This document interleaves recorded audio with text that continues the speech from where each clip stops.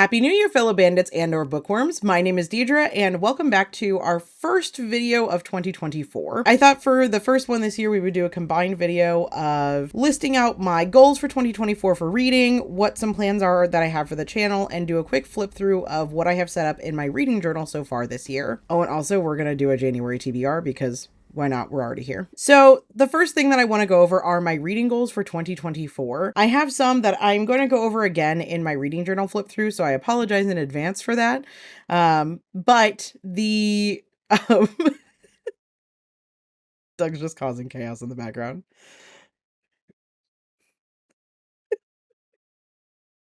Can't. So for 2024, I have some reading goals that I set for myself. I set 4 goals because I didn't want to overdo it, but I also didn't want to not set goals for myself, I guess. I wanted to have a few extra things that I was trying to accomplish throughout the year. So the first one that I have is I want to read 100 or more books this year. That's a lot. It's many. We're going to try it. We're going to see. I can count a maximum of 25 manga or graphic novels toward this goal. I want to make sure that I'm not just inflating my numbers with manga. Not that manga isn't a valid reading style, or if that's what you read primarily, that still counts as reading. But for me, I want to make sure that I'm reading at least 75% novels and then also have manga spliced in there. Now, that doesn't mean I can only read 25 manga or graphic novels this year. It just means that if I go over it, like if I go to 30 manga, then I have to read 105 books now because I've gone over my 25 limit. I would like to read 5 or more classics this year. I don't know if this is a goal I'm going to set for myself in later years after this, but I want to be a little bit more well-read, a little bit more well-rounded, and I want to get some of those classics that I feel like a lot of people have experienced under my belt. There are several that I have missed just because, like, for example, Fahrenheit 451 was something that most of us in the US, or a lot of kids in the US, read as required reading in school, and I managed to somehow skip it because I was in honors English my freshman year. In sophomore year, I went into regular English, and then I went back into honors English my junior year. And the honors sophomore class is who read Fahrenheit 451, and the regular junior class is who read it. And so I just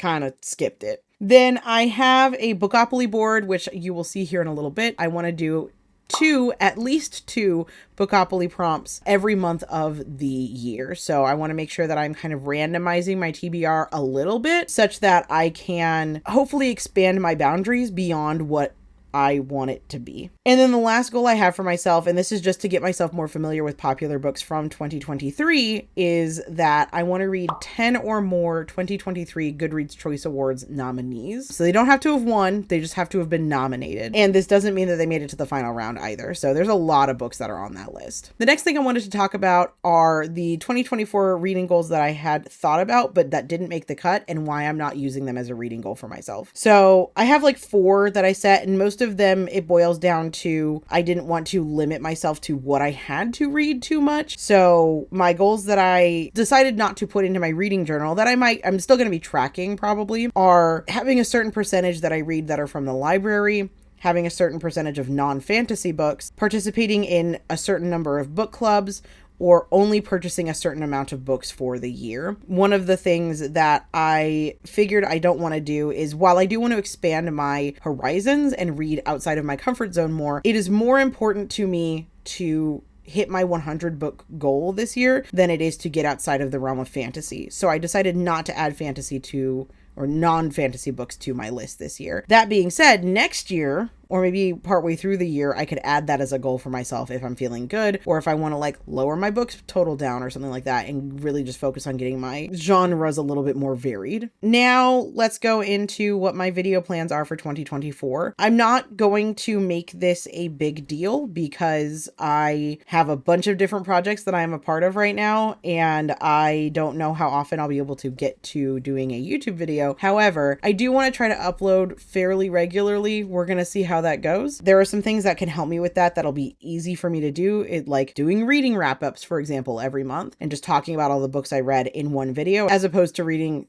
3 or 4 books in a video and then trying to do a thing around that. The other thing as well is that I'm probably going to dabble a little bit more into bullet journaling. I'm going to be starting a yearly collections journal, which I'll go into during my reading journal flip through that you're going to see here in a second. So I might go into a little bit more of that, which might bring me into a little bit more of the lifestyle content that I've been intersplicing with my reading vlogs, but I might do both kind of separate videos for that. The other thing that we have planned is that I have a trip we're either going to go to England or we're going to go to Japan. That is the plan this year. We're going to see how that pans out for us, but we want to try to get there. And so I'm going to be doing some vloggy stuff while we are there. Obviously, I'm going to be on vacation, so I don't want to be spending my whole time just filming, but there's going to be parts that I'm going to film, and we'll probably put together a little vlog about that as well. With that, let's get into my January TBR, and I will see you on the other side of that. And then we will, after that, do my flip through for my 2024 setup of my reading journal. January TBR. Here I am. Here we go. Okay. So I have a few different ones. I have 11 books on my TBR for January. We'll see if I actually get through all of them. I've not set myself a great record so far, but we're going to do our best. So the first one on this list is one that I don't have a physical copy of. I'm probably not going to own physically. I'll probably get it in ebook format. And that is Snow Falling on Cedars by David Guterson. This was for a Bookopoly prompt. I ended up on community shelf and then rolled that I needed a book set in the Pacific Northwest. We all know that my track record with that is not stellar. So I found one that was kind of outside of the realm of what I had been looking for, which is Snow Falling on Cedars. So I'm excited about that one. The next one on the list is one that I own, and that is not coming off of the stack well, The Invisible Life of Addie LaRue by V.E. Schwab. This is one that's been on my TBR for over a year now, I think. Some YouTubers that I watch, it's like one of their favorite books. I've read one other V.E. Schwab book, and that's Gallant, and it was good, but very weird. And so I don't know how I'm going to feel about this. I don't know. Maybe V.E. Schwab's not my type of author. Maybe she is.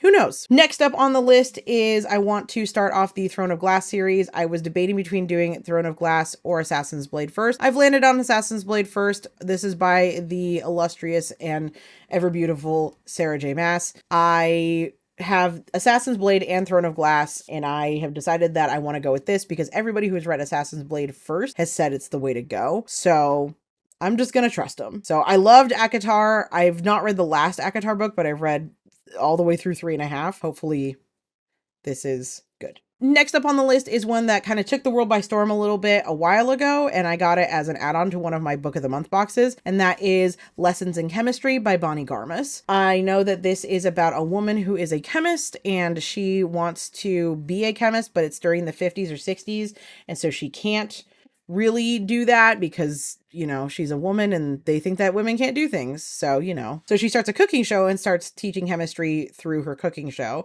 And I think that that's a really fun and interesting plot. So excited about this. I would love to see get the special edition of this at some point just because the cover is so cool, but we're going to read it first and see how I feel and if I want to invest in that at some point. Next up is my first classic of the year. I figured I would start off strong and try to get one out of the way in January, and that is Pride and Prejudice by Jane Austen. I'm trying to find the Barnes & Noble soft bound edition of this. My Barnes & Noble was supposed to have one in stock and it was nowhere to be found where it was supposed to be. So we'll try. There's another Barnes & Noble near me. There's another one up north of me that I could go try out as well, but I'm looking for that edition specifically. So someday I will own it, but for now I don't own it, but this is what the cover looks like because it's gorgeous. The next one on my list is one by one of my favorite authors, and it also took the world by storm last year, and that is Check and Mate by Allie Hazelwood. We all know her. We all love her.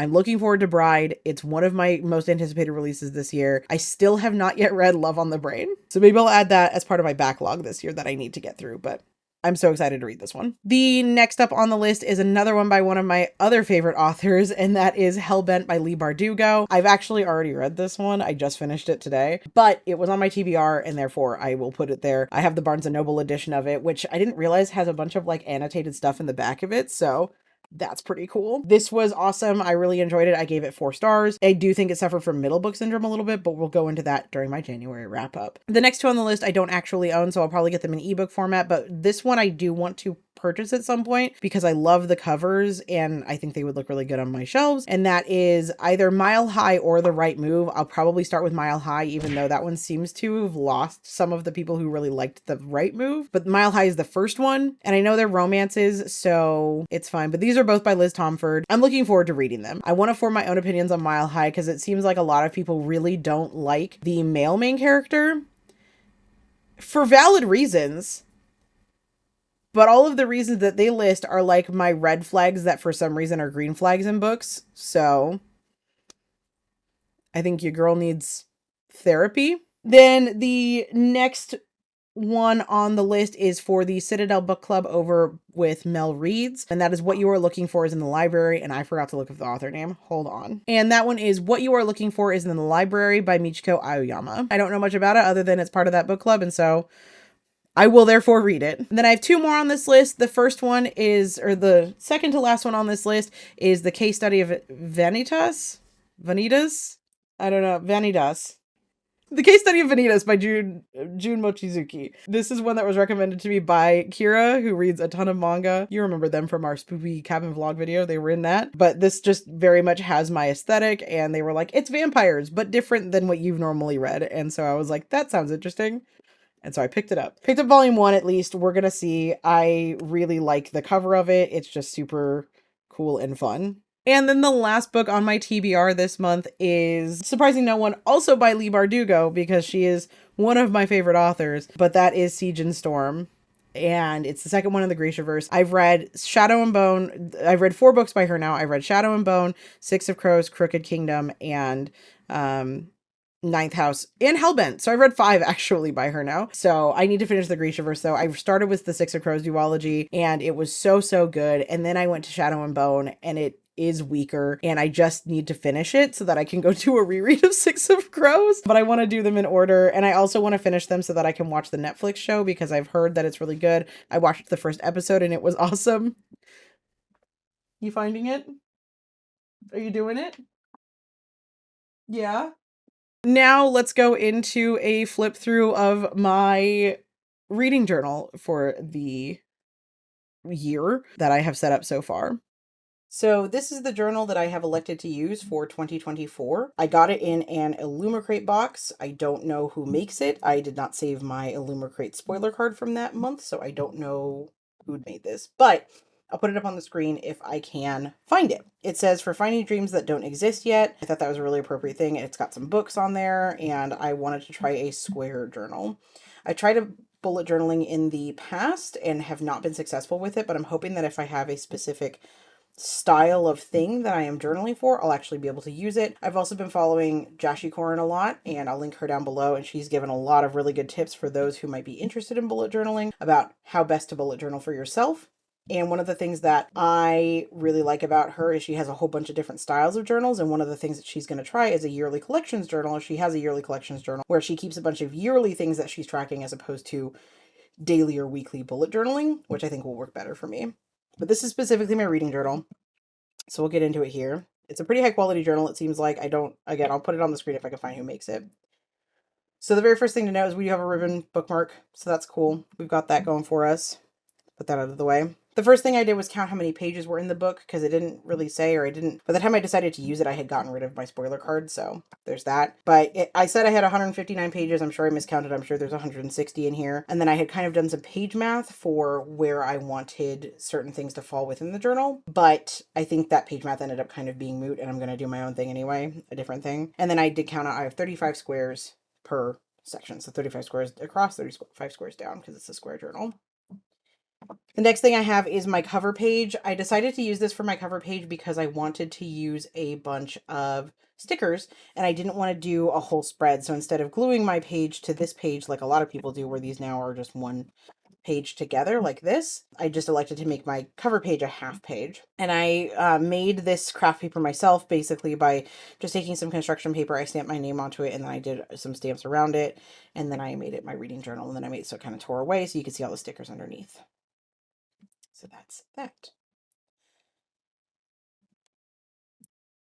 The next thing I have in here are my 2023 statistics and my 2024 goals. Doing my 2023 statistics first, we have a few things that I kept in here. So I have all my totals. So I read 80 books for a total of 32,483 pages last year. I had 5 DNFs that are not counted in this above area. I don't count them as part of my read books for the year, even though I did give them an honest shot. And then I had 21 5-star reads. Then I have 2 graphs to either side. We have my books by month and my pages by month, which do kind of mirror each other.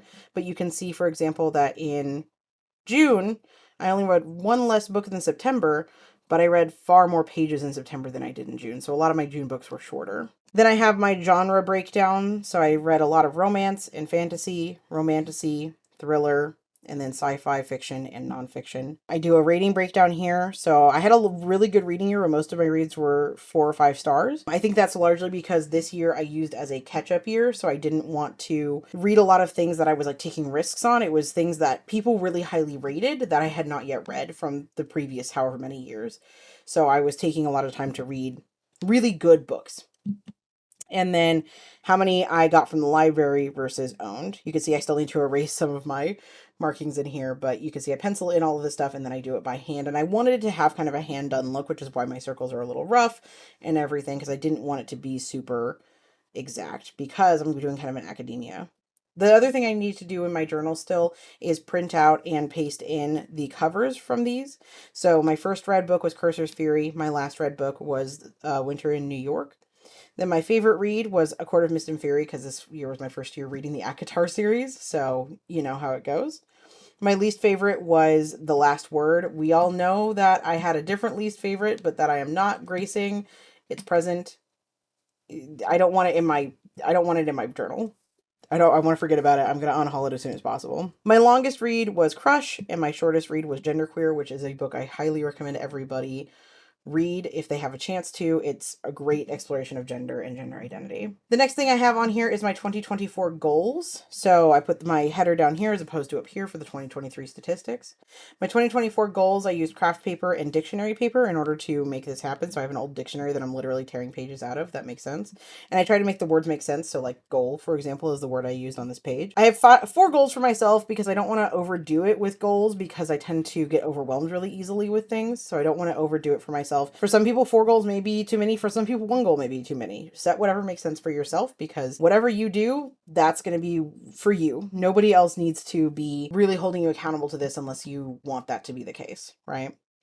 I'm sharing these with you because I want to share them with you. So last year, as you can see, I read 80 books. This year, I want to read 100 or more.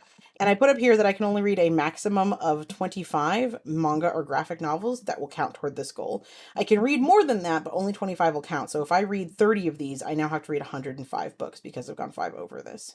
Then I can mark these down. I've done this so that I can mark it for every square. Every 5 books is a square. So I'm going to do that then is when I'm going to update this.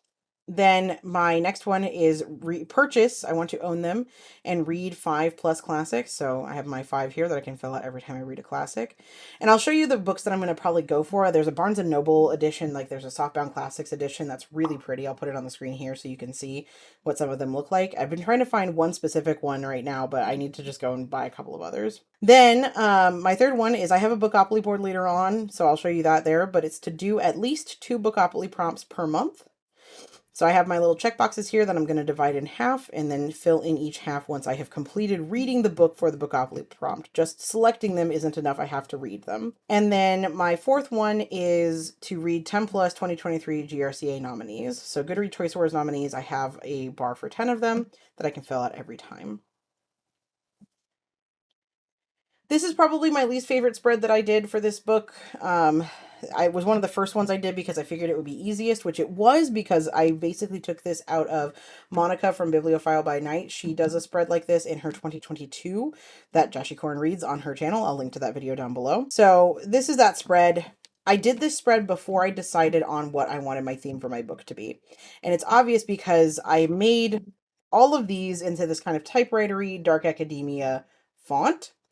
And this one I didn't. And I kind of shoved it in by adding serifs after everything. And that's great, but it doesn't really solve the problem. So What I may do with this spread is I may do tip-ins of everything. The other problem I have is like February, for example, is completely filled up, including like half of a thing here that I took over with the craft paper for the thing. I kind of shoved a Tempest of Tea in there.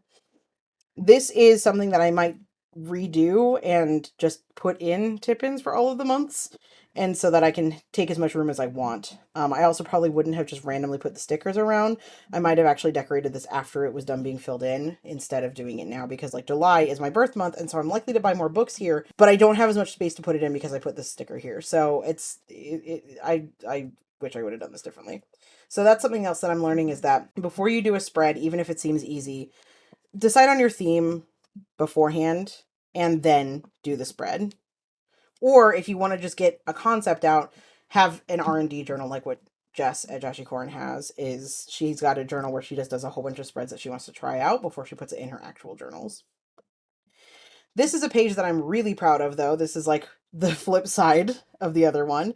This is my Bookopoly page. So Bookopoly is based off of Bookoplathon by Becca at Becca in the Books, and I'll link to her channel down below as well. And this is a board that you go around and you follow the prompts for each of your different reads, right? It's almost like a TBR jar, but not quite. So you do rolls, you roll 2d6s, and you go around and you make your thing, right? And then I have different rules here. So like Go, for example, you're going to randomize your TBR with a number generator from Goodreads. TBR Vet, because that doesn't really make a ton of sense necessarily. So TBR Vet is been on your TBR for 1 year or more. And then I have my corners here. I have my TBR game. That's where jail usually would be, which is you're going to draw a card, and then whatever suit, you're going to roll a d4. And I've tried to put specific books in there that I would like to read but don't have plans to read specifically, so that I don't take them out of here by accident. Then for YouTuber recommendations, read a book from one of your favorite YouTubers. So I wrote down a few of mine here, and then just wrote a good luck thing there. This one here is a 5-star prediction of mine. So anytime I have a 5-star prediction, that can go in there. And then each of my slots here, there are a few different ways that people do this. Is you've got your, some people do it so that each little section, so the browns, the blues, the pinks, etc., they're all a different genre. So you could have like fantasy, sci-fi, romance, etc. What I decided to do, because I didn't want more than one chance to get one particular prompt, is I just did different prompts with different themes, right? And a lot of these are based off of Becca's original plan here. So for example, if we look at this side of the board, we've got all small numbered themed, right? So lowest rated on Goodreads, or a small book less than 300 pages, right? On this side, we have something that has to do with their covers, right? Or the way that the book was printed. So dark cover, special edition, or light cover. If you go to the other side, you know, we've got disability representation, POC representation, LGBTQ plus representation. And then we've got the one area where there's genres is in the oranges. So we've got fantasy, romance, mystery, or thriller, right? Then we have on this side, we've got, oh gosh, let's see how we can do this. Let's do that. There we go. On this side, we've got first in a series, a standalone, and a sequel. And then we've got different elements on the cover. We've got set in the past, set in the future, set in the present. And then we've got our large numbers here, big book or highest rated. So this is one that I'm really proud of. The other thing that we have is our chance and community shelf pages, right? And we don't have cards. I don't want to have cards attached to my book journal because it's going to make it too thick, or it's just hard to manage. So I have these little tip-ins here that help us out. So I'll go through chance first so that you can actually see it. There we go. So for chance, you use a random number generator, and that gives you an actual book title that you have to read, right? So I put, again, books that I would like to read but don't necessarily have specific plans to, as far as I'm aware. A lot of these are backlists. I don't think there's any of them that are really like new releases. These are backlist things that I would like to read. And then the next one, oh, let's focus. There we go. The next one is community shelf. This is you roll a d20 and then it's a prompt, additional prompts for you. So, you know, person on the cover, debut book, features dogs, etc. I'm really proud of how this came out. This whole spread took me a number of hours to complete. Obviously, I have some sponging here, but I'm actually okay with that because, again, I kind of want it to look hand done. The next thing I have on here was something that I definitely just took from Pinterest. I don't know who originally did this type of a spread. I see a lot of people do something very similar to this for their spread. I have two different halves. I have my books read and my books acquired. So I didn't want to buy books bought because I do want to know where I got them from, if I got them as a gift or as a part of a subscription box or whatever. So I have a little key over here that shows that if I bought the book and then also read it in 2024, the spine will be gold. And then I have a little gift box for it was in a subscription box or it was a gift, so I didn't choose the book that it was. And then it's Barnes and Noble for the and sign if I did it online. So I bought it from like Amazon or somewhere else, or if I bought it from like a local seller. That'll be the little pin. So that'll be on there. I'll put those on the spine. And then on this side, I didn't put a key in because originally I thought I was going to use this spread for all just books read. And then I managed to get 100 on one page, which we'll see how small I have to write in order to get the titles on some of these books. But I did leave some of them wider so that I could put the longer titled ones in those areas. But then on this side, I just have my key here instead of a cute little bulletin board like over here. And this is, if it's a gold, it's a 5-star read. If it's a gray, it was a 2-star read or a DNF. Or just a low rating in general. And then I'll have like browns and greens for 3 and 4-star reads. I'm not going to lie, really proud of this. I hand drew everything. And while I was definitely using a basis for what I wanted it to be, this part of it, I was definitely basically just entirely copied from a thing. Like I just took that inspiration and put it on a page. And this one I did make my own. So I added this plant in here, the crystal ball, etc. And I kind of made it whatever I wanted it to be. So I'm pretty proud of how it turned out. The next spread I have on here is 2 different things. So I have my book bracket for 2024. This is something I saw a few different people do, and this is super fun. Every month you write down whatever your favorite one is, or you put the cover in for whichever one your favorite book is. And then for like January and February, those 2 go head to head, and whichever one was your favorite of those 2, you put in this area here. And then you do that for every month of the year until you have your 6 favorites from each section of the year, and then you get down to 3 and then 2 and then 1. So I have these all kind of color coded, and then I have black for the quarterfinalists. Well, I don't know, for the qualifiers, I'll put that way. Then the quarterfinalists, semifinalist, and there you go. Oh no, this would be quarterfinalists, then semifinalists, the finalists, and then winner. Yeah. Very fun to set that up. I'm looking forward to see how this looks once it's filled in.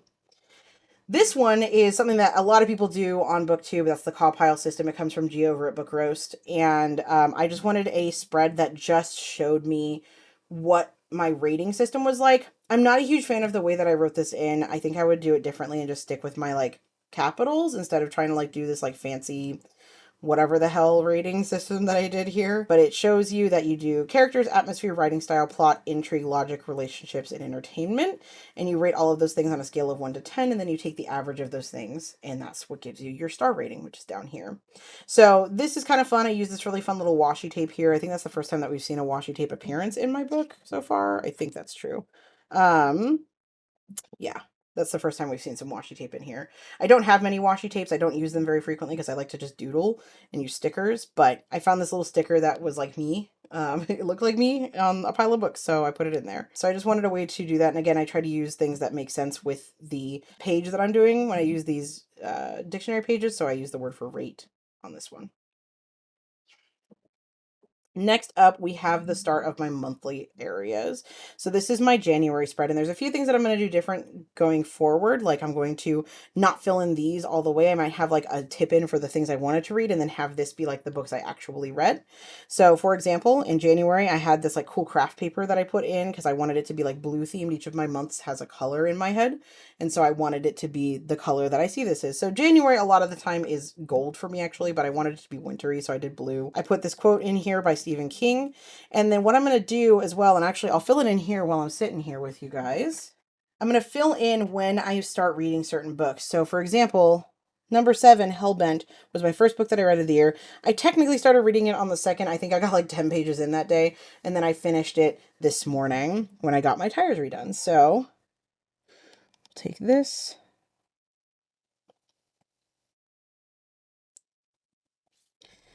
All the way through to the 6th, which shows when I was reading that book. And then I'm going to start, I think I'm going to start checking mate today. Where's that at? Yeah, I'm going to start checking mate today. So I'm going to write down 6 in this little bubble here. And then I'll drag it forward to whenever I finish reading it. That way I can just track what I was reading and when beyond what I have on Goodreads. So I have 11 books that I want to read this month. We're going to see how well that goes. I did start with one of the longest books on this list, I think, and also one of the I would say harder reads because I have a few romances on here. I have a couple of YA. I have a manga on here. So like there are some, this is like, I would say middle of the road. We had some personal stuff going on, which is why it took me 5 days to get through, but hey, you know what, you do what you can. The other thing that I want to put on here too is I have a few different things. So I have a little mark for if I own it or not. Pride and Prejudice I don't actually own yet, but I plan to, so I just marked it. Then I also have a little note above each of the books why I am reading that this month. So, for example, Snow Falling on Cedars and The Invisible Life of Addie LaRue are actually denoted down here as well in my Bookopoly rolls. So I take a note of what my rolls were and where I got, and they are in order. So roll number 1 was a 2 and a 4, so I got a 6. So if we go back to my Bookopoly board, I started on Go. I went 1, 2, 3, 4, 5, 6. I got to a dark cover. I chose The Invisible Life of Addie LaRue for that.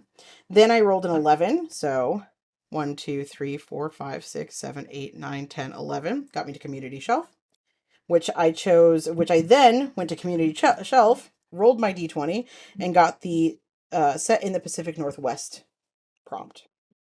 So then I chose Snow Falling on Cedars for that. So I'm going to document what my plans are for January in the front. Then this is the last page I have to show you guys, and I will show you more as maybe we get through the middle of the year, or maybe I'll just do a final flip through at the end just so you can see.